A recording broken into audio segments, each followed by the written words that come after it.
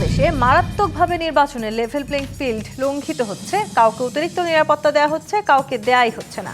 আজ বুধবার প্রধান নির্বাচন কমিশনের সঙ্গে বৈঠক করে এমন অভিযোগ জানিয়ে জামায়াত ইসলামীর নায়েবে আমির সৈয়দ আব্দুল্লাহ মোহাম্মদ তাহের বলেছেন, একতরফা নির্বাচন করে দেশের একটি দল চলে গেছে, অন্য দল যারা এমন কাজে জড়িত থাকবে তাদেরও কিন্তু চলে যেতে হবে। প্রশাসনের পক্ষপাতিত্বের অভিযোগ তুলে এনসিপির মুখপাত্র আসিফ মাহমুদ সজীব ভুঁইয়া বলেছেন, প্রশাসনের লোকজন একটি নির্দিষ্ট রাজনৈতিক দলের পার্টি অফিসের দিকে তাদের কেবলা ঠিক করে ফেলেছেন, যা গণতন্ত্র সুষ্ঠু নির্বাচনের জন্য অশনি সংকেত।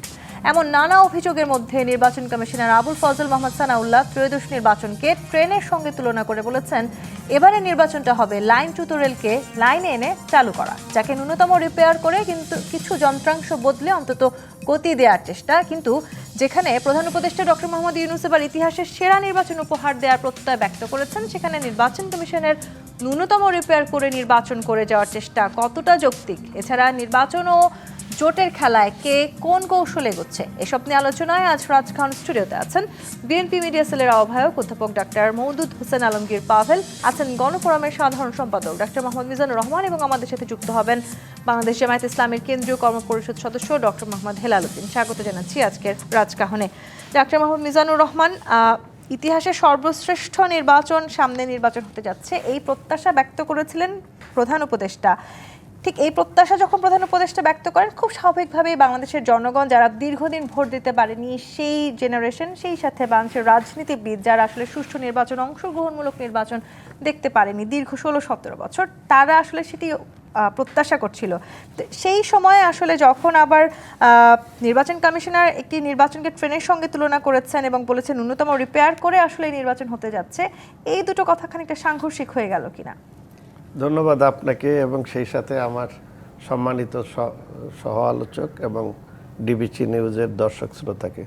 দেখুন, আপনি প্রথম যে কথাটা বলেছেন যে আমাদের অন্তর্বর্তীকালীন সরকার প্রধান ডক্টর মোহাম্মদ ইউনূস বলেছেন যে পৃথিবীর ইতিহাসে বা বাংলাদেশের ইতিহাসে সবচেয়ে সেরা একটা নির্বাচন উপহার দিবেন। আমি তার সঙ্গে সর্বশেষ দেখা হয়েছিল কয়েক মাস আগে, কয়েকটি রাজনৈতিক দল, তো সেখানে আমি ছিলাম।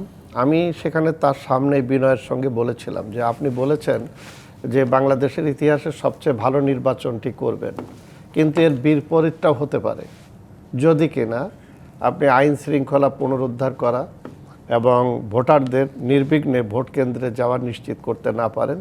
পাশাপাশি যারা প্রার্থী আছে তারাও যাতে মানে অধিকার নিয়ে নির্বাচনের মাঠে কাজ করতে পারে, এই বিষয়গুলো নিশ্চিত করা। তো এগুলো করবে কে? নির্বাচন যখন ঘোষণা হবে তখন নির্বাচন কমিশন।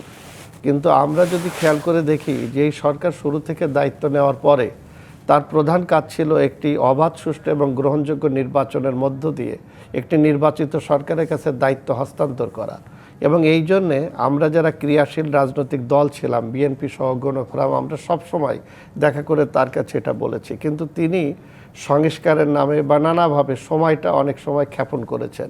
এই দীর্ঘ সময় তিনি নির্বাচনের পথ পরিক্রমায় অতিক্রান্ত করতে যে কাজটি সবচেয়ে বেশি করেছেন, যে বর্তমানে তিনি যেদিন থেকে দায়িত্ব নিয়েছেন সেদিন থেকে আমাদের যে আকাঙ্ক্ষা ছিল, তিনি আইন শৃঙ্খলা মোটেও নিয়ন্ত্রণ করতে পারেন নাই এবং বিচার ব্যবস্থা বলা চলে যে ভেঙে পড়েছে। মিথ্যা মামলা এবং তদন্ত না হওয়া, নানাভাবে মামলা বাণিজ্য হওয়া এবং মব তৈরি করে যখন তখন যার বাড়িঘরে হামলা করা, ভাঙচুর করা, রাস্তায় ধরে মানুষকে মেরে ফেলে দেওয়া এবং এর আইনগত প্রতিকার কিংবা যে মানুষটি ক্ষতিগ্রস্ত হয়েছে তার যে আইনি যে প্রতিকার, সেটাও এই সরকার দিতে পুরোপুরি ব্যর্থ হয়েছে। এই 17 মাসে এই সরকারের অদক্ষতা এবং অযোগ্যতা এবং আইন শৃঙ্খলা নিয়ন্ত্রণে আনতে না পারার যে ব্যর্থতা, সেই জায়গায় একটি অবাধ, সুষ্ঠু এবং গ্রহণযোগ্য নির্বাচন করার জন্যে তার যে দক্ষতা, তার যে প্রতিশ্রুতি, সেটা আমরা খুব বেশি দেখছি না। তারপরে আমরা আশাবাদী এই কারণে যে একটি অবাধ, সুষ্ঠু, নিরপেক্ষ নির্বাচনের জন্য সারা বাংলাদেশের মানুষ কিন্তু মুখিয়ে আছে। জি, আইন শৃঙ্খলার কথা যখন বললেন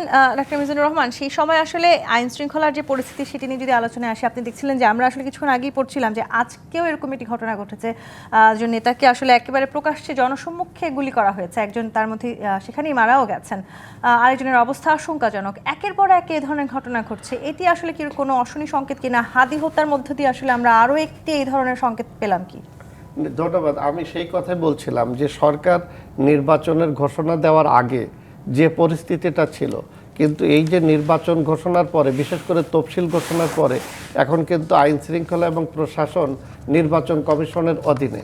কিন্তু এই যে সরকারের দীর্ঘদিন ধরে আইন শৃঙ্খলা নিয়ন্ত্রণ করতে না পারার কারণ, দ্বিতীয়ত যে মবগুলো হয়েছে সেখানে সরকারের প্রচ্ছন্ন সহযোগিতা কিংবা যারা মব সৃষ্টি করেছে সরকার তাদেরকে ধরে আইনের আওতায় আনতে না পারার যে ব্যর্থতা, তার কারণে কিন্তু লাগামহীনভাবে এই ধরনের সন্ত্রাসী কর্মকাণ্ড অবিরাম চলে আসছে। এরই ধারাবাহিকতায় যখন নির্বাচন তফসিল ঘোষণা করা হয়েছে, আপনি যদি দেখেন হাদি থেকে শুরু করে এবং এক প্রকাশ্য দিবালোকে মানুষকে পুড়িয়ে মারা হচ্ছে, সেখানে ভিডিও করা হচ্ছে, তাদেরকেও কিন্তু সেইভাবে ধরে আইনের আওতায় আনতে পারেনি। আপনি যদি দেখেন ডেইলি স্টার, প্রথম আলো যেভাবে ঘোষণা দিয়ে যেভাবে সাংবাদিকদের পুড়িয়ে মারার যে একটা অপচেষ্টা, সেখানেও কিন্তু সরকার পুরোপুরি ব্যর্থ হয়েছে। এই যে ঘটনা ঘটছে একের পর এক, এখন আমাদের যে নির্বাচন কমিশন আছে তারা কিন্তু প্রশাসনকে নিয়ন্ত্রণ করতে পারছে না, এবং সেই জায়গায় স্বরাষ্ট্র উপদেষ্টার ব্যর্থতার দায়ভার নিয়ে সবাই কিন্তু তার পদত্যাগ করেছে। আসলে পদত্যাগটাই কিন্তু মুখ্য বিষয় না, বিষয়টা হলো যে সরকারের সবগুলো যে উপদেষ্টা আছে তাদের সমন্বয়হীনতা, এবং প্রধান উপদেষ্টা শুধু বলেন কিন্তু দৃঢ় পদক্ষেপ নিয়ে একটি অবাধ, সুষ্ঠু, নিরপেক্ষ নির্বাচনের মধ্য দিয়ে যে গণতান্ত্রিক উত্তরণের জন্য আমরা যারা আন্দোলনে ছাত্র জনতা তাদেরকে দায়িত্ব দিয়েছিলাম, সেই জায়গাটা উনি পুরোপুরি কিন্তু আপনি আসলে যখন নির্বাচনের কথা বলছেন, নির্বাচনকালীন সময়ে আসলে আইন শৃঙ্খলা ব্যবস্থা কেমন থাকবে সেটি নিয়ে শঙ্কা প্রকাশ করছেন। নির্বাচনটা তো আসলে পুরোপুরি চলে যাবে প্রশাসনের অধীনে, এবং প্রশাসন নির্বাচনটাকে সেই সময়টাতে নিয়ন্ত্রণ করবে। অধ্যাপক ডক্টর মওদুদ হোসেন আলমগীর পাভেল, যদি আপনার কাছে আসি, প্রশাসন নিয়ে তো অনেক আলোচনা চলছে। বিএনপি অভিযোগ করছে যে জামায়াত কিংবা এনসিপি দ্বারা প্রশাসন পরিচালিত হচ্ছে, জামায়াত এনসিপি অভিযোগ করছে বিএনপির লোকজন দিয়ে প্রশাসন পরিচালিত করা হচ্ছে, এবং তারা এমনটিও বলেছে যে এই প্রশাসনে 80 থেকে 90% মানুষই আসলে বিএনপির। সেই সাথে আজকে যেটি বলেছেন এনসিপির মুখপাত্র, তিনি একসময় সাবেক উপদেষ্টাও ছিলেন, একটি রাজনৈতিক দলের পার্টি অফিসের দিকে তাদের কেবলা ঠিক করে ফেলেছেন প্রশাসনের লোকজন। এই জায়গাটিতে আপনার কি বলা আছে? এই প্রশাসন দিয়ে তাহলে নির্বাচন কতখানি ইতিহাসে সেরা নির্বাচন হবে? এই প্রশাসনের দুর্বলতা আছে, এটা অস্বীকার করবার কিছু নেই, কিন্তু এই প্রশাসন, বিএনপির প্রশাসন, এটা যদি বলেন তাহলে বলতে গেলে যে দুঃখের মধ্যে হাসি পায় আর কি। কী জন্য? যে গত 17টি বছর আপনি জানেন যে যারা প্রশাসনে যারা নিয়োগ প্রাপ্ত হয়েছেন, যাদের পদোন্নতি হয়েছে, তাদের কোন প্রক্রিয়াতে সেই নির্বাচনটা হয়েছে। সেই প্রক্রিয়ার ভিতরে যদি কারো গায়ের আশপাশে বিএনপির গন্ধ পাওয়া গেছে, তাদের কিন্তু প্রশাসনের কোনো সুযোগ ছিল না পদোন্নতি পাওয়ার বা জায়গায় যাওয়ার। বরং একটা জায়গায় একটা প্রবণতা ছিল, কিছু গুপ্ত ছিল আর কি। আমরা বললাম যে অন্য একটা ছদ্মাবরণে তারা ছিল, যারা ঠিক 5ই আগস্টের পর নিজেদেরকে বলছে যে আমরা সত্যিকার একটা প্রয়োজনের কারণে সেই সময় একটা ছদ্মাবরণ ধরেছিলাম, এখন আমাদের মূল জায়গাটা হচ্ছে যেটা, সেটা তারা প্রকাশ করছে। সেটাই বাস্তবে সত্যি হওয়ার কথা। অন্য কোনো কিছু কিন্তু এই জায়গাতে আসবার কোনো সুযোগই নেই। আর আরেকটা ব্যাপার এখানে আমাদের খুব গুরুত্ব দিয়ে দেখা দরকার, আমরা যত বেশি বিতর্ক তুলব, সেই বিতর্কের মধ্য দিয়ে কিন্তু একটা নির্বাচন কিন্তু প্রশ্নবিদ্ধ হওয়ার সুযোগ তৈরি করে দেয়। আমার এখানে অগ্রাধিকারটা কি, এটা আমাকে বোঝা দরকার। অগ্রাধিকার হচ্ছে একটা নির্বাচন হওয়া। নির্বাচন যদি না হয়, তাহলে সেই নির্বাচন বিলম্বিত হলে বা নির্বাচন অনিশ্চিত হলে এই বাংলাদেশের জন্য যে গণতান্ত্রিক উত্তরণ যে অনিশ্চিত হয়ে পড়বে, এই সত্যিটা বুঝবার মতন বোকা লক্ষণ বোধহয় কেউ নেই, যে যারা বোঝেন না, সবাই বোঝেন। কিন্তু যদি সেটা আমি বুঝেও যদি না বোঝার ভান করি, তাহলে বুঝতে হবে তাদের কিন্তু একটা অন্য উদ্দেশ্য রয়েছে, সেটা তারা নির্বাচনকে বিঘ্নিত করতে চায়। এখন প্রশ্ন যত কম করা যায়, সহযোগিতা যত বেশি করা যায়, সেটাই বোধহয় ঠিক। কিন্তু খোদ ইসি যখন এই কথা বলেন যে এবারে নির্বাচন কি লাইনচ্যুত ট্রেনকে লাইনে তোলার মতন, না, তারা তো আগেরটা হয়তো বলেছেন যে নির্বাচনের ট্রেন তো লাইনের থেকে বেরিয়ে পড়েছিল বিগত সরকারের সময়, তারা এটাকে লাইনে তুলে আবার চালাবার চেষ্টা করছেন। ন্যূনতম রিপেয়ারের কথাও তিনি বলেছেন। হ্যাঁ, ন্যূনতম রিপেয়ার বলতে বোঝাচ্ছেন এটা যে প্রশাসন তো পুরো রিপেয়ার করা যায়নি। তার কারণ প্রশাসনে তো ঠিক বলতে গেলে সেই আগেকার যারা ছিলেন তাদের সবগুলোকে আমরা সরিয়ে ফেলে নতুন প্রশাসন তো তৈরি করতে পারিনি। তাহলে সেই অর্থে নির্বাচন চালাবার জন্য যে একেবারে নতুন ট্রেন পাওয়ার কথা ছিল, সেই নতুন ট্রেন তো আমরা পাইনি। আমরা পুরোনো ট্রেনটা লাইনচ্যুত হয়েছিল, সেটাকে কিছুটা মেরামত করে উপরে তুলে ওটা দিয়ে চালাবার চেষ্টা করছি। এখন যদি আপনি বলেন যে খোল নলছে সব কিছু বদলে দিয়ে একদম নতুন শুরু করতে চান, তাহলে আপনাকে অনন্তকাল অপেক্ষা করতে হবে। সেটা কিন্তু কোনো রাজনৈতিক দলের পক্ষে প্রত্যাশিত হতে পারে না, কোনো দেশের জনগণেরও প্রত্যাশিত হতে পারে না। আমরা একটা গণতান্ত্রিক উত্তরণ চাই, সুতরাং আমরা দাঁতের দাঁত চেপে অনেক কিছু সহ্য করছি। কারণ আজকেও দেখেন যে এই বসুন্ধরার পেছনে মোসাব্বির নিহত হয়েছেন, স্বেচ্ছাসেবক দলের যিনি সাবেক নেতা ছিলেন। এটি একটা দুঃখজনক ঘটনা। এখন আপনি যদি বলেন যে বিএনপি এটাকে সামনে এনে এটার বিচার চাই বলে চিৎকার করতে থাকে, তাহলে কি হবে? আলটিমেটলি কিন্তু বিএনপি ওই ফাঁদে পা দিল, যেটার মূল উদ্দেশ্যটা হচ্ছে নির্বাচনকে বিঘ্নিত করে ফেলা। আমরা জানি যে এই ধরনের ঘটনা বারবার ঘটিয়ে একটা গোষ্ঠী এই নির্বাচনকে অনিশ্চিত করার চেষ্টা করে যাবে। কিন্তু আমাদেরকে এটা বুঝতে হবে যে আমাদের লক্ষ্য একটা অভীষ্ট একটা জায়গায় সুনির্দিষ্ট করা থাকা দরকার, যে আমরা যে কোনো মূল্যে এই জাতীয় নির্বাচনটা অনুষ্ঠিত করতে চাই, এবং সকল রাজনৈতিক দলের যদি এই ব্যাপারে একটা প্রতিজ্ঞা থাকে যে আমরা ঐক্যবদ্ধভাবে একটা নির্বাচন করব, তাহলে এই ব্যাপারগুলো অনেক কমে যাবে। কিন্তু আমরা যদি এগুলোকে একটা করে ইস্যু দাঁড় করাই, তখন কিন্তু এটা একটা বিঘ্নতার পথ কিন্তু পক্ষপাত দুষ্টর অভিযোগ তো আসলে একটা লম্বা অভিযোগ আছে আপনাদের বিরুদ্ধে। আপনাদের যারাই আসলে এই মুহূর্তে বিরোধী রাজনৈতিক দল আছেন সবাই একই অভিযোগ করছেন। জামাতও আসলে ডিসিএসপি আপনাদের পক্ষপাত করছেন, যদিও তাদের যে নিয়োগ সেটি জামাত যেভাবে চেয়েছিল লটারির মাধ্যমে সেভাবেই হয়েছে, তারপরেও সেই অভিযোগ। আচ্ছা, আপনি বলেন যে এইখানে যে ফিট লিস্টে যে ডিসিগুলোকে নির্বাচিত করা হয়েছে তাদের মধ্যে 55 জন ছিল আওয়ামী সরকারের যে ফিট লিস্ট ছিল ডিসিদের, সেই ফিট লিস্ট। এখানে আপনি যদি অভিযোগ করার জন্য করেন, এটা আমি বুঝতে পারছি, এটা হচ্ছে একটা কষ্টের জায়গা, এটা হতেই পারে। কারণ আপনারা জানেন যে জনাব তারেক রহমান দেশে ফেরার পরে বাংলাদেশের রাজনৈতিক আবহাওয়াটা কিন্তু পরিবেশটা কিন্তু পাল্টে গেছে। এই এতদিন পর্যন্ত যে সমস্ত মিথ্যাচার এবং ধর্মকে সামনে এনে যে রাজনৈতিক ফায়দাগুলো লোটার চেষ্টা করা হয়েছে, সেগুলো কিন্তু একেবারে হাওয়ায় মিলিয়ে গেছে জনাব তারেক রহমানের সেই রাজস্বিক প্রত্যাবর্তন এবং তার প্রতি একেবারে অকুণ্ঠ জনসমর্থন এবং তার চমৎকার একটা নিজের প্রেজেন্টেশনের মধ্য দিয়ে তিনি চমৎকারভাবে দেশের মানুষের সামনে নিজেকে উপস্থাপিত করেছেন। তিনি তার পরিমিতিবোধ, তার সদাচার এবং তার একেবারে মাপা কথা এবং সত্যিকার অর্থে একজন রাজনৈতিক নেতার কাছে জনগণ যেটা প্রত্যাশা করে, ঠিক সেই রকম একটা নেতার প্রতিচ্ছবি হয়ে যখন তিনি মানুষের সামনে এসেছেন, তখন অন্যদের জন্য একটু সমস্যা হচ্ছে। তো হতেই পারে, কিন্তু আমাকে তো বুঝতে হবে যে সবাই তো ফার্স্ট হবে না সেটি আসলে তারা যেটি বলার চেষ্টা করছিলেন যে হয়তো নির্বাচনের পরবর্তী সময়ে যদি আমরা এই জায়গাগুলো দেখতাম তাহলে হয়তো সৌন্দর্যটা থাকতো। ডক্টর হেলাল উদ্দিন, ঠিক এই জায়গাটিতে আপনার কাছে আসি। আজকে আপনাদের নেতা বলেছেন যে তারেক রহমানের কথা বলেছেন যে নির্বাচনের সময় একজনকে অনেক প্রোটোকল দেওয়া হচ্ছে যেটা মানুষের মাঝে ইমপ্রেশন আসতে পারে, হি বিকাম সামথিং। কেন আপনাদের মনে হয় যে শুধু তারেক রহমানকেই মানুষ ভাবতে পারছে হি বিকাম সামথিং? যেহেতু আপনারা এবং এনসিপিও জোট হয়েছেন, আপনাদের তো আরও বেশি শক্তিশালী হয়ে যাবার কথা ছিল। জি, ধন্যবাদ। আজকের আমার সাথে সহ আলোচক বিজ্ঞ দুইজন আছেন এবং দর্শক শ্রোতা সবাইকে আন্তরিক সালাম এবং শুভেচ্ছা। আসসালামু আলাইকুম রহমতুল্লাহ। দেখুন, এখানে যে কথাটা আসছে, একটা লেভেল প্লেইং ফিল্ডের ব্যাপারে 4টা ফ্যাক্টর কাজ করে। 1 নম্বর হলো ইসি, 2 নম্বরে অন্তর্বর্তীকালীন সরকার, 3 নম্বরে হলো আইন শৃঙ্খলার পরিস্থিতি, 4 নম্বরে হলো রাজনৈতিক দলগুলোর মধ্যে ঐক্য। এই 4টা ফ্যাক্টর যখন একসাথে কাজ করবে তখন দেশে লেভেল প্লেইং ফিল্ড সঠিক আছে এবং নির্বাচনের সুষ্ঠু পরিবেশ বজায় থাকবে বলে সবাই আমরা জানি। তো এখন আমরা যেটা দেখছি আর কি, যে ইসি যেখানে মানে নিরপেক্ষভাবে কাজ করার কথা, সেক্ষেত্রে কিছু কিছু জায়গায় ব্যত্যয় হচ্ছে। যেমন মনে করেন যে দ্বৈত নাগরিকের ব্যাপারে কিছু প্রশ্ন, কারো দ্বৈত নাগরিক অ্যালাউ হয়ে যাচ্ছে, আবার কেউ অ্যালাউ হচ্ছে না। তো এইটা ইসি এখানে যারা কাজ করছেন কর্মকর্তারা, তারা এখানে সঠিক ভূমিকা রাখছেন বলে মনে হচ্ছে না।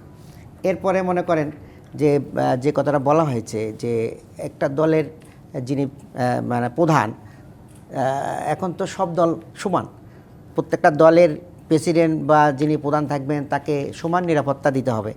কিন্তু দেখা যাচ্ছে যে একটা দলের প্রধানকে যে ধরনের নিরাপত্তা দেওয়া হচ্ছে অন্যদেরকে তা দেওয়া হচ্ছে না। এক্ষেত্রে মানুষের মধ্যে একটা পারসেপশন তৈরি হচ্ছে যে ইনি হয়তো আগামীতে হচ্ছেন, এরকম একটা মনে করতে পারে। আবার আপনাদের রাজনৈতিক সঙ্গী এনসিপি নেতা আসিফ মাহমুদও বলেছেন প্রশাসনের কেবলা একটি দলের পার্টি অফিসে। সেটি বলতে নিশ্চয়ই আপনারা সেই কেবলা বলতে বিএনপির পার্টি অফিসকেই বুঝিয়েছেন।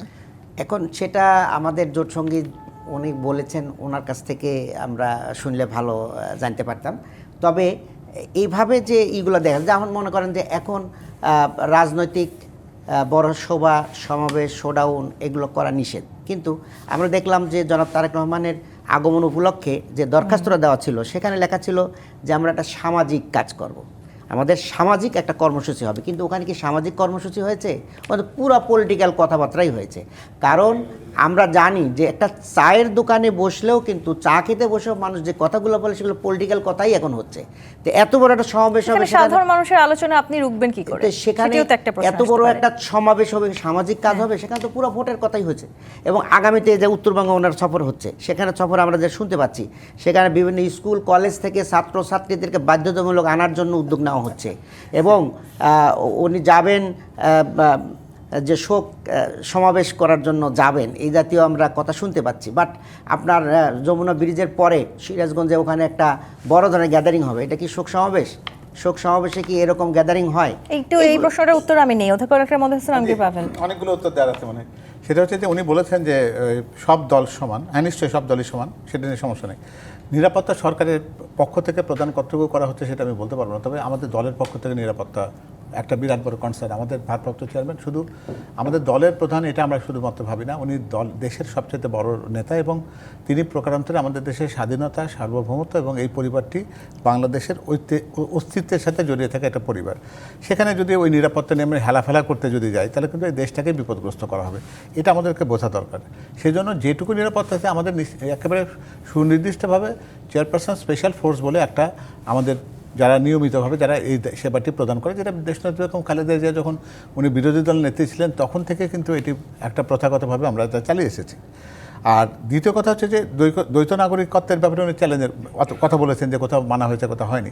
এখানে এটা একটা সুযোগ আছে এখানে অ্যাপিল করার, এবং সেটা তারা যদি সেটাকে আপত্তি হিসেবে উত্থাপন করেন তা আইনগতভাবে এটা নেওয়া একই হবে। ক্ষেত্রে একজন প্রার্থী মনোনয়ন যদি বৈধ হয়, আরেকজন প্রার্থীর কেন মনোনয়ন বৈধ হলো না? না, সেই প্রশ্নটা তো আপনি রিটার্নিং অফিসারকে করতে পারেন। আর যদি সেখানে কেউ যদি সংক্ষুব্ধ হন তাহলে সে প্রতিকারের ব্যবস্থা তো রয়েছে, এটা তো এক পর্যায়ে নাই।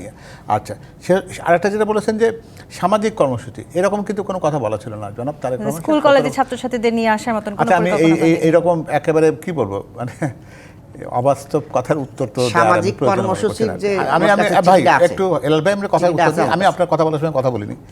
সামাজিক কর্মসূচি বলে কোনো কর্মসূচির কথা আমরা বলিনি। আমরা বলেছি যে জনাব তারেক রহমান তিনি এয়ারপোর্ট থেকে নেমে তার মাকে দেখতে যাবেন।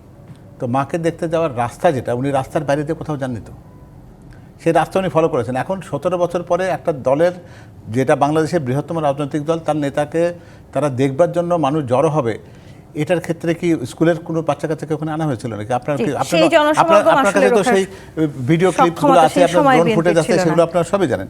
তো সুতরাং যারা এটাকে ছাত্রছাত্রীদের, আমার মনে হয় যে ওনারা বোধহয় মনে মনে ভেবে রেখেছেন যে এই কাজটা ওনারা ভবিষ্যতে করবেন। আসবে এই জায়গাটিতে আমি আসবো। আবার এনসিপি নেতা এটিও বলেছেন ক্ষমতাসীন হওয়ার আগেই, মানুষের জনরায় প্রকাশিত হওয়ার আগেই এই ধরনের ধৃষ্টতা তারা কোনোভাবেই মেনে নেবে না। বিএনপি আসলে কি তাহলে ধৃষ্টতা দেখাচ্ছে কোনো না কোনো দিক দিয়ে? আমি আসবো এই জায়গাটিতে, একটি বিরতি নিতে চাই।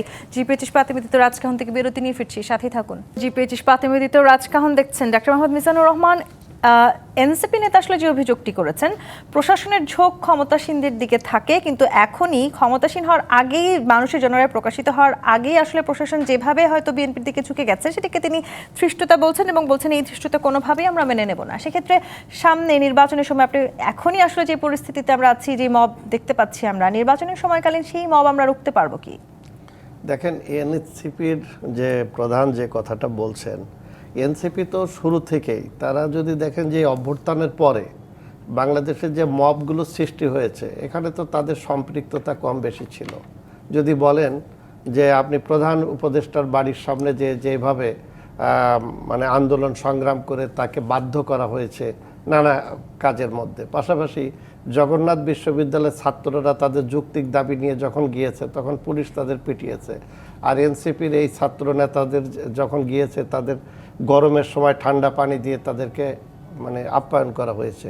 তো সবচেয়ে বড় যে কথাটা, আপনি যদি দেখেন যে সরকার ক্ষমতায় আসার পরে প্রত্যেকটা মন্ত্রণালয় 3-4জন করে ছাত্র প্রতিনিধি সমন্বয়করা ছিল, এবং তাদেরই 2জন উপদেষ্টা কিন্তু তারা সরকারে ছিল।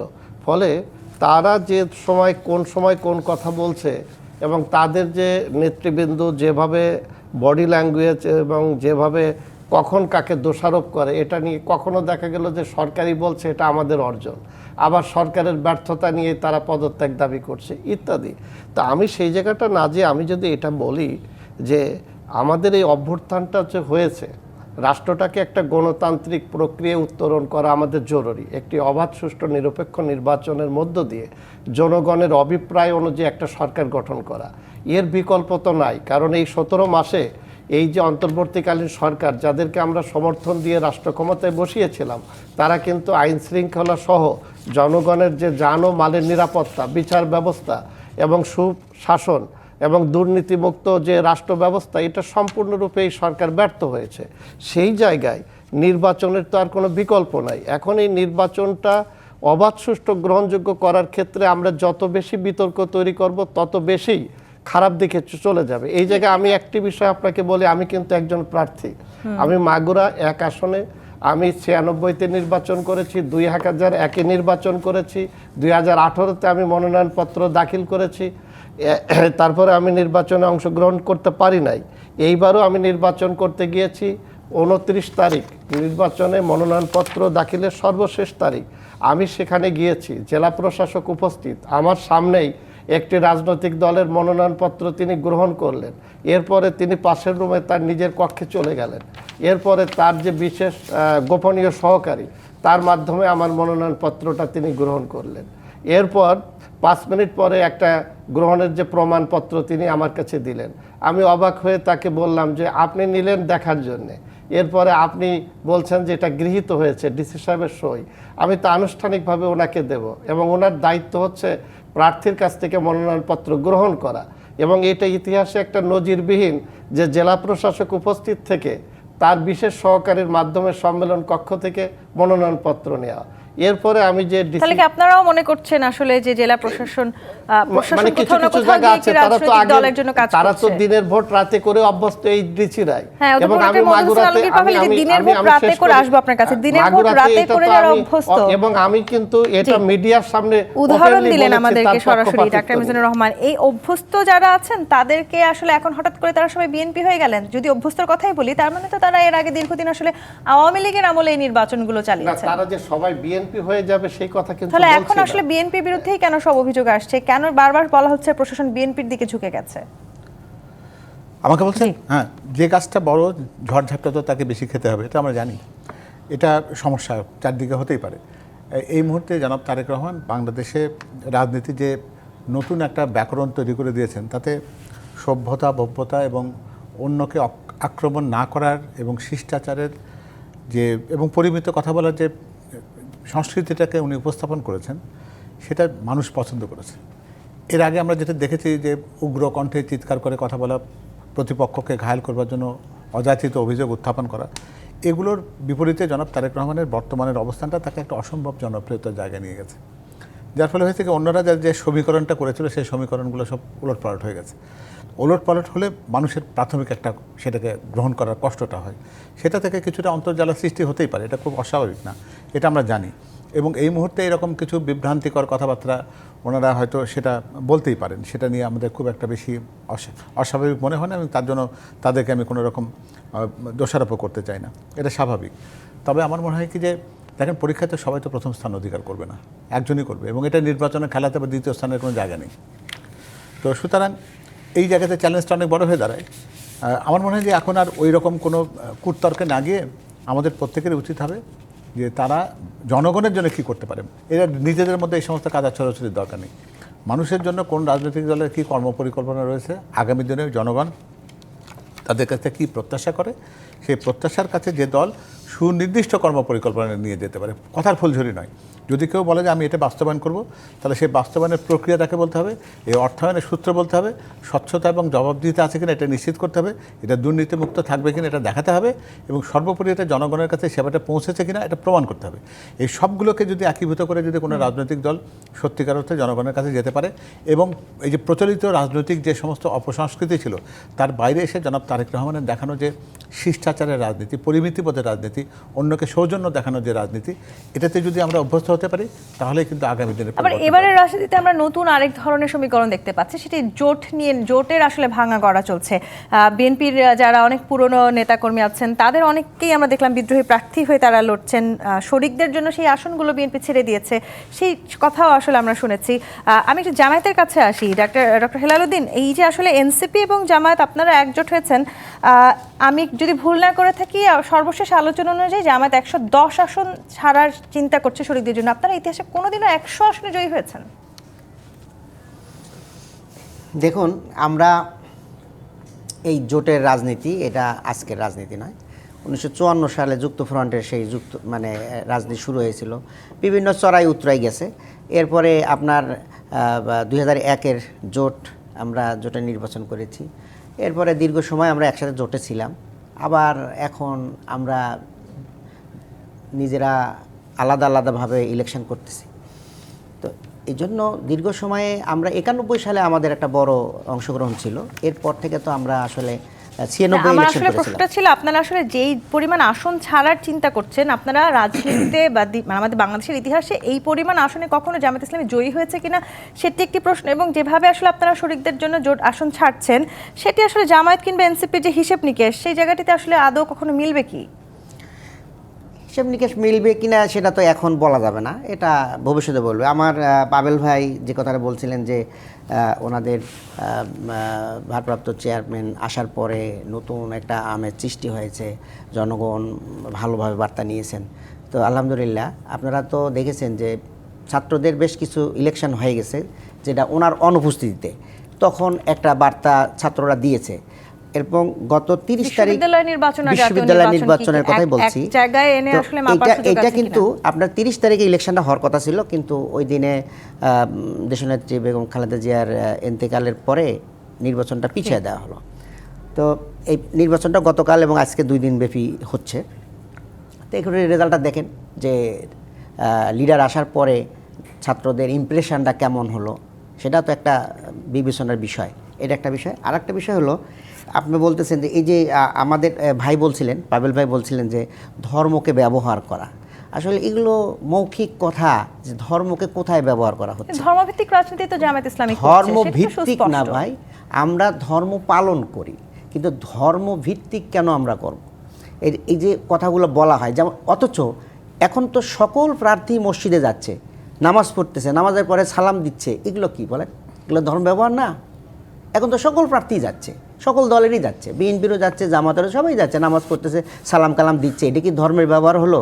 অথচ ওনারা কিন্তু কৃষি কার্ড দিচ্ছেন, ফ্যামিলি কার্ড দিচ্ছেন, যে এগুলো দিচ্ছি, এই কার্ড দিয়ে তোমরা সামনে তোমাদেরকে দেওয়া হবে, টাকা দেওয়া হবে। তাহলে এগুলো কি হচ্ছে বলেন? বলা হয় যে জান্নাতের টিকিট দাও, কোথায় জান্নাতের টিকিট দিলাম? আর এখানে তো কার্ডই দিচ্ছেন আপনারা। একদম আপনাদের নেতাদেরকে তো এটিও বলতে শোনা গেছে, আপনাদের কথায় তারা প্রশাসন উঠবে, আপনাদের কথায় বসবে। আমাদের কথায় উঠবে বসবে না, সেটা অনেক কাহিনী হয়ে গেছে এই ব্যাপারে। উনি কথা বলছেন, আমরাও বলছি। উনি বলছেন যে উনি জনগণের পক্ষে কথা বলছেন এবং ফেসিবাদের বিরুদ্ধে যে সকল দল মত আছে তাদের পক্ষে কথা বলছেন। এখানে বিএনপি, জামাত এবং যারা অ্যান্টি ফেসিবাদ, তাদের কথাই উনি জনগণকে বোঝানোর চেষ্টা করেছেন, সেটা বলা হয়েছে এর আগে। তো এখন কার্ড খেলতেছেন ওনারা, আর নাম দিচ্ছেন যে আমরা ধর্মের কার্ড ব্যবহার করতেছি। যাই হোক, এগুলো আমরা কাদা ছড়াছড়ি করতে চাই না। আমরা চাই যে বহুদিন পরে একটা ইলেকশন যেন নিরপেক্ষ স্বচ্ছ ইলেকশন হয় এবং সেই ইলেকশনের জন্য আমরা সবাই মিলে একটা জায়গায় নিয়ে যেতে পারি, না হলে দেশটা একদম পিছনে চলে যাবে। আজকে ন্যূনতম রিপেয়ারের যে কথা বলেছেন ইসি, সেই জায়গাটিতেও কি আপনারা একমত? এরকম ন্যূনতম রিপেয়ার করে নিয়েই আপনারা নির্বাচনে যেতে চান কিনা? আমরা তো ইসিকে সবসময় পরামর্শ দিচ্ছি, আমাদের কথাগুলো তুলে দিচ্ছি, ওনারা বলতেছেন ঠিক আছে আমরা এগুলো রিপেয়ার করব। তা আমরা দেখতেছি যে আপনি একটি কথা বলছিলেন যে কার্ড খেলছে আসলে বিএনপি, কিন্তু নাম দিচ্ছে শুধু জামায়াত। এই জায়গাটিতে আমি আলোচনা এগিয়ে নিতে চাই, একটি বিরতি নিয়ে ফিরতে হবে। জিপিএইচ ইস্পাত নিবেদিত রাজকাহন থেকে আরেকটি বিরতি নিয়ে ফিরছি, সাথেই থাকুন। জিপিএইচ ইস্পাত নিবেদিত রাজকাহন দেখছেন। ডক্টর হেলালুদ্দিন, আপনি বলছিলেন যে কার্ড খেলছে বিএনপি, নাম দিচ্ছে জামায়াত। এভাবে যদি আসলে আমরা ইলপ্যাট্রিসগুলো বারবার দেখতে থাকি, তাহলে আমরা আবারও কি সেই ফ্যাসিবাদের দিকেই মাথাচাড়া দিয়ে উঠছি কিনা, সেই প্রশ্ন তো আছে। আপনার এই উক্তিটাকে আমি একটু ডক্টর মোহাম্মদ মিজানুর রহমান আপনার কাছে নিয়ে আসি। যেই কথা বলছেন, তার মানে একটি রাজনৈতিক দল কার্ড খেলবে, অন্য রাজনৈতিক দলের উপর চাপিয়ে দিবে। এই সংস্কৃতি থেকে যদি আমরা বেরিয়ে আসতে না পারি, তাহলেও তো সেই প্রশ্ন থাকলো যে ইতিহাসে সেরা নির্বাচন হবে। দেখেন, আমি প্রথমেই একটা কথা বলেছিলাম যে সরকার প্রধান যে ঘোষণা দিয়েছিলেন, আমরা সেটা বাস্তবায়নের দৃশ্যত কোনো কিছু দেখছি না। এটা সরকারের অদক্ষতা বলেন, ব্যর্থতা বলেন, পাশাপাশি রাজনৈতিক দলগুলো কিন্তু এর দায় এড়াতে পারে না। কারণ এটি কিন্তু একটি অভ্যর্থনের পরে একটি অন্তর্বর্তীকালীন সরকার প্রতিষ্ঠিত হয়েছে। এই জায়গায় এই অভ্যুত্থানের মধ্য দিয়ে আমাদের ক্রিয়াশীল রাজনৈতিক দলের মধ্যে একটা জাতীয় ঐক্য গড়ে উঠেছিল এবং এই বিশেষ করে অভ্যুত্থানের পরে যখন এই ডক্টর ইউনূস দায়িত্ব নেন, সেই সময় আমরা সব রাজনৈতিক দলগুলো এক মঞ্চে এসেছি, একসাথে বসেছি, বিশেষ করে যে একটি গণতান্ত্রিক শোষণমুক্ত একটি বৈষম্যহীন বাংলাদেশ আমাদের প্রতিষ্ঠা করতে হবে। এই যে জাতীয় ঐক্যটা গড়ে উঠেছিল, ঐক্যমত্য কমিশনেও আমি ছিলাম কয়েক মাস একসাথে, জামাত, বিএনপি, সব রাজনৈতিক দল, এনসিপি একসাথে আমরা কাজ করেছি সৌহার্দ্যপূর্ণ পরিবেশে। কিন্তু এই যে ভোটের আবহাওয়া যখন চলে আসছে, আপনি যদি খেয়াল করেন একে অপরের উপরে দোষারোপ এবং কারণ ছাড়া দোষারোপ। তারপরে আমরা যদি লক্ষ্য করে দেখি যে যেই ফ্যাসিস্ট বলে আপনি আওয়ামী লীগকে গালমন্দ করছেন দিন এবং রাত, সেখানে যদি আমি দেখি আমার ভাই জামাত ইসলামের নেতা এখানে আছেন, উনি অস্বীকার করতে পারবেন না, তাদের শীর্ষ নেতারাই বলছেন যে প্রকাশ্যে জনসভায় যে আওয়ামী লীগের ক্লিন ইমেজের যারা আমাদের এখানে চলে আসেন, আপনাদের বিরুদ্ধে যে মামলা মোকদ্দমা আছে এগুলো আমরা সব তুলে নেব। এটা যেমন একদিকে বলে তাদেরকে ভোটের রাজনীতিতে তাদেরকে একটা সার্টিফাইড দেওয়া হচ্ছে, আবার অন্যদিকে যদি আপনি দেখেন যে এনসিপি সহ অন্যান্য যে রাজনৈতিক দলগুলো আছে, আপনি বলেন এই গত 1 থেকে 1.5 মাসের মধ্যে এই ডিসেম্বরও মুক্তিযুদ্ধের যে বিজয়ের মাস, সেখানেও আমরা মুক্তিযুদ্ধ, শহীদ বুদ্ধিজীবী, নানা ব্যাপারে এমন অহেতুক বিতর্ক টেনে নিয়ে আসছি, এনে আমরা রাজনীতির মাঠে বা ভোটের যে হাওয়া যখন বিদ্যমান, ঠিক সেই সময় আমরা একে অপরের উপরে কাদা ছড়াছড়ি করে এই যে নির্বাচনটা অবাধ, সুষ্ঠু এবং গ্রহণযোগ্য করার ক্ষেত্রে একটি অন্তরণ তৈরি করছি। সেই জায়গায় তৃতীয় পক্ষ কিন্তু এই সুযোগগুলো নিচ্ছে। সেই জায়গায় আমরা যারাদের কাছে নির্বাচনে আশা করব যে তারা নিরপেক্ষ থাকবে, সেই প্রশাসন ইতিমধ্যেই তারা পক্ষপাতিত্ব করার সুযোগ পাচ্ছে।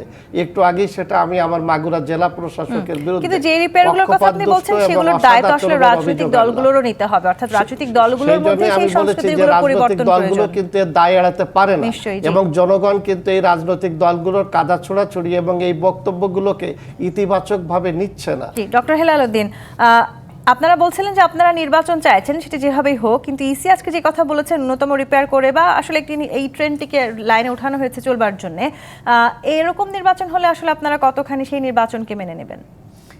না দেখুন, এখন তো সময় আছে, এখনও আনুষ্ঠানিকভাবে প্রচারণা শুরুই হয় নাই। আমরা তো চাচ্ছি সবাই মিলে যেন নির্বাচনটা মানে হয়, কার্যকরী হয়, স্বচ্ছ, নিরপেক্ষ। কিন্তু যেখানে আবার আপনারা দাবি করছেন এই প্রশাসনে 80 থেকে 90% লোকই বিএনপির পক্ষে, সেই জায়গায় তাহলে আপনারা স্বচ্ছ নির্বাচন প্রত্যাশা করছেন? যেখানে আমরা ভুল পাচ্ছি, যেখানে আমাদের কাছে ত্রুটি বিচ্যুতি দেখা দিচ্ছে, আমরা সেগুলো তাদেরকে অভিহিত করছি এবং আমরা আশা করছি যে এগুলো রিপেয়ার হবে এবং রিপেয়ার হয়ে একটা সুন্দর একটা ইলেকশন যেন হয়, সেই জন্যই আমরা সহযোগিতা করতে চাচ্ছি। কিন্তু আসলে একতরফাভাবে তো হয় না, যদি সেরকম না হয় তখন তো হবে না। যদি এরকম চলতেই থাকে, রেলের যে মানে রেলটা যদি সমান্তরাল না থাকে তাহলে তো অ্যাক্সিডেন্ট হবে। তাহলে কি জামাত মনে করছে এখনো পর্যন্ত নির্বাচন একতরফা হওয়ার মতন পরিস্থিতিতে আছে? আপনারা তো জিনিসগুলো ওইভাবেই করতেছেন কেন? জিনিসগুলোকে তো সবাই মিলেই চেষ্টা করতে হবে। এখন মনে করেন যে একটা গণমাধ্যম দায়িত্ব আছে না?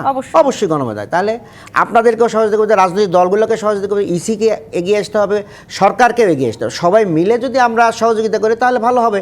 আর যদি সবাই মিলে যদি একে দোষারোপ পেলাম, ওকে দোষারোপ বলতে হবে না। সেই দোষারোপ না করার সংস্কৃতি থেকে জামাত থেকে শুরু হতে পারে কিনা? আমরা তো সেটাই বলে আসছি, যেগুলো রিপেয়ার করেন। ওনারা আশ্বাস দিয়েছেন, আমরা দেখতেছি যে ঠিক আছে, আশ্বাস হলে তো আলহামদুলিল্লাহ হবে। আমরা তো চাই সুন্দর নির্বাচন হোক। কিন্তু একটু আগে আপনারাই দোষারোপ করলেন, অধ্যাপক ডক্টর মদদ হোসেন আলমগীর পাভেল, আপনারা কার্ড খেলছেন আর নাম দিচ্ছেন জামায়াতের। একটা বিষয় খুব স্পষ্ট হওয়া দরকার। আমরা দুটো কার্ডের কথা বলি, একটা ফ্যামিলির কার্ড এবং কৃষক কার্ড। এই কার্ডের কথা কিন্তু আজ থেকে 1.5 বছর আগে থেকে আমাদের ভারপ্রাপ্ত চেয়ারম্যান জনাব তারেক রহমান তার একটা ইচ্ছের কথা বলেছেন, যেটা উনি করতে চান। এ তো নতুন কথা কিছু না। এই কার্ড খেলা তো শুরু করেছি আমরা 1.5 বছর আগে থেকে, যখন নির্বাচনের কোনো কথাই ছিল না। কারণ হচ্ছে যে একটা দল জনগণের জন্য কাজ করে যখন, তখন জনকল্যাণের কথাটা মাথায় রেখে। এতে করে আপনারা আচরণবিধি, নির্বাচনী আচরণবিধি স্পষ্ট লঙ্ঘন করছেন বলে বলেছে জামায়াত। এটা তো ভুল কথা হচ্ছে, কারণ এখন তো কোনো প্রচারই হচ্ছে না। কে কোথায় প্রচার করছে? এই কার্ডগুলো তো আমরা যে কার্ডের কথা বলা হচ্ছে, এই কার্ডগুলোর নমুনা যেগুলো আছে সেগুলো আমরা হয়তো জনগণের কাছে যখন নির্বাচনী প্রচার আনুষ্ঠানিকভাবে যখন শুরু হবে তখন তাদের সামনে আমরা নিয়ে যাব, সেটা আলাদা বিষয়। কিন্তু এই কার্ডের কথাগুলো যেটা, সেটা 1.5 বছর আগে জনাব তারেক রহমান সাহেব বিভিন্ন অনুষ্ঠানে বলেছেন। না না, কার্ড দেবে কোত্থেকে? এ তো নমুনা কার্ড, এটা কার্ডের একটা নমুনা দেখানো হচ্ছে যে এরকম কার্ড ভবিষ্যতে তৈরি করা হবে। এবং আমি মনে হয় যে এই কার্ড নিয়ে কথা বললে হয়তো আমি আরও ব্যাখ্যার বিশদ আমি দিতে পারতাম, সেটা আলাদা বিষয়। কিন্তু এই কার্ডগুলো নতুন কোনো কথা না, এটা পুরনো, মানে এটা আমাদের একটা পরিকল্পনার একটা অংশ। এবং সেটা পরবর্তী পর্যায়ে যখন আমাদের নির্বাচনী প্রচার যখন হবে তখন এই কার্ড থেকে মানুষ কি সুবিধা পেতে পারে সেগুলো কথা আমরা জনগণের কাছে নিয়ে যাব। কিন্তু এটা কোনো কার্ড না, এগুলো নমুনা বাইরে কি রাজনৈতিক কোনো কার্ড আপনারা খেলছেন কি, জামায়াতের ঘাড়ে চাপিয়ে দিচ্ছেন যে কার্ডের না, কথা? আমরা আমাদের নিজেদের কার্ড, আমাকে অন্যদের ঘাড়ে চাপাবার তো দরকার নেই এখানে। আমার মনে হয় যে আমি এই কথাগুলোকে এই জায়গায় আনি, এই যে দোষারোপের কথা না বলে আমি যে কথাটা আগেও বলছিলাম যে এরকম কার্ড যদি কৃষি কার্ড বা ফ্যামিলি কার্ড বা এরকম যদি প্রকৃতপক্ষে জনকল্যাণের কার্ড যদি কারো কাছে থাকে তাহলে তিনি সেটা আনতে পারেন। এই কার্ড খেলতে কোনো দোষ নেই। আপনি যদি কল্যাণের কার্ড খেলেন আপনাকে কেউ তো না করবে না, আপনি কার্ড দিয়ে তো জুয়া খেলছেন না। এই কার্ড দিয়ে সত্যিকার অর্থে মানুষের ভাগ্য উন্নয়নের চেষ্টা করছেন। সেই কার্ডের মধ্যে যে আন্তরিকতা আছে, জনাব তারেক রহমান যেটাকে জনগণের কাছে নিতে চান সেটির গ্রহণযোগ্যতাটাকে আপনি বিশ্বাস করুন এবং সেটাতে আপনার যদি মনে হয় যে এর সাথে আপনি থাকতে পারবেন, সেই চেষ্টাটা আমাদের আন্তরিকভাবে রাখা দরকার। দোষারোপের জায়গায় না গিয়ে, আপনি জানেন যে সম্প্রতি আমিরে জামাত তিনি দেশনেত্রী বেগম খালেদা জিয়ার পর ইন্তেকালের পরে আমাদের যে শোক বই ছিল সেটা স্বাক্ষর করার পর আমাদের ভারপ্রাপ্ত চেয়ারম্যান মহোদয়ের সাথে তার একটা সৌজন্য সাক্ষাৎ হয়েছিল। সেখানে থেকে বেরিয়ে এসে তিনি কিন্তু বলেছিলেন যে আমরা ঐক্যবদ্ধভাবে কাজ করতে চাই। আমার মনে হয় যে জনাব তারেক রহমান এই কথাটি অনেক আগে বলেছেন, যখন স্বৈরাচার এই বাংলাদেশে একেবারে পুরোপুরিভাবে একবারে শেকড় গেড়ে বসেছিল, সেই সময় যখন তিনি 31 দফা রাষ্ট্র মেরামতের যে তার রূপকল্প দিয়েছিলেন, তার সে মুখবন্ধে তিনি বলেছিলেন যে নির্বাচনের ফলাফল যাই হোক না কেন, দেশ পরিচালনার জন্য বিএনপি একটা জাতীয় সরকারের মধ্য দিয়ে দেশ পরিচালনা করতে চায়। সেই জায়গাতে বিএনপির যে অঙ্গীকার, সেখান থেকে বিএনপি এখন সেই জায়গাটি বাংলাদেশের রাজনীতিতে আসুক এবং সব রাজনৈতিক দলগুলো আসলে সেই জায়গাটি রাখুক, আমরা সেই প্রত্যাশা রাখতে চাই। অধ্যাপক ডক্টর মওদুদ হোসেন আলমগীর পাভেল, ডক্টর মোহাম্মদ মিজানুর রহমান এবং ডক্টর হেলাল উদ্দিন, অসংখ্য ধন্যবাদ আজকে রাজখান আমাদেরকে সময় দেওয়ার জন্য। দর্শক, আজকের মতো বিদায় নিচ্ছি। জি 35 নিবেদিত রাজখান থেকে ফিরবো আগামীকাল রাত 10টায় নতুন রাজকাহন নিয়ে। ডিবিসির সঙ্গেই থাকুন।